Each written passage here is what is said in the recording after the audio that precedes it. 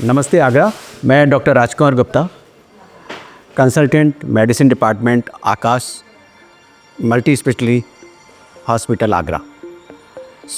आप लोगों को मैं ये बताना चाहता हूँ कि हम लोग यहाँ पर जो कार्डियोमेटाबॉलिक डिसऑर्डर हो जाता है, जिसमें डायबिटीज़ आती है, मोटापा आता है, हाई कोलेस्ट्रॉल आता है, हाई ब्लड शुगर आती है और साथ में उनको एंजाइटी, डिप्रेशन, घबराहट, बेचैनी, इन सारी चीज़ों को हम कवर करते हैं। तो बहुत सीधी सी बात है कि अगर हम जीवन के नंबर को जानें, जीवन के नंबर जिसे हम कहते हैं ब्लड प्रेशर, जो नॉर्मल आप लोगों को पता ही है कि 120/70 होता है। दिल की धड़कन जैसे आप पल्स कहते हो 60 से 70 के बीच में होनी चाहिए। इससे आगे जाती है तो घबराहट, बेचैनी या टैकीकार्डिया के नाम से जाना जाता है। तो एक सिंपल सी जो जांच होती है जिसे हम ईसीजी कहते हैं, हार्ट का फंक्शन देखने के लिए इकोकार्डियोग्राफी कहते हैं, और फेफड़ों को स्क्रीन करने के लिए आप एक्सरे चेस्ट या सीटी थोरैक्स कराते हैं।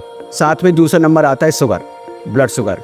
ये बहुत आवश्यक है। नॉर्मल शुगर है तो अच्छी बात है। अगर नॉर्मल शुगर से बढ़ी हुई आती है, जैसे कभी कभी 200 आ जाती है, 250 आ जाती है, जिसे हम डायबिटीज़ के संज्ञान में लाते हैं। और मधुमेह डायबिटीज़ एक ऐसी बीमारी है जो पूरे शरीर को प्रभावित करती है कि पैर से लेकर के सिर तक, आंखों तक इसका असर आता है। तो समय से पहले आप अपने जीवन के नंबर को जानें।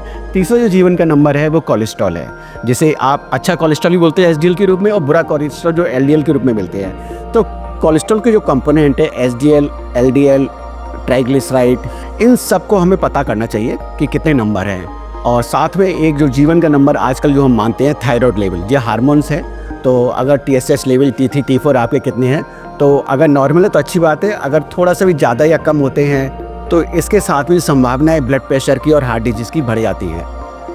तो मेरा आप लोगों से यही संदेश है कि आकाश हॉस्पिटल में आप अपनी पूरी फैमिली का चेकअप करा सकते हैं, फैमिली क्लिनिक में, और समय से पूर्व जो भविष्य में जो होने वाली बीमारी है उनसे आप बचाव कर सकते हैं। कभी कभी ऐसा होता है कि सिंपल टिप्स डॉक्टर से आप पता कर लेते हैं कि नमक कम खाना है या चिकनाई कम लेनी है या फूड आपका कैसा होना चाहिए, उससे ही आप अपनी बीमारी को नियंत्रित कर सकते हैं बिना दवाइयों के साथ में।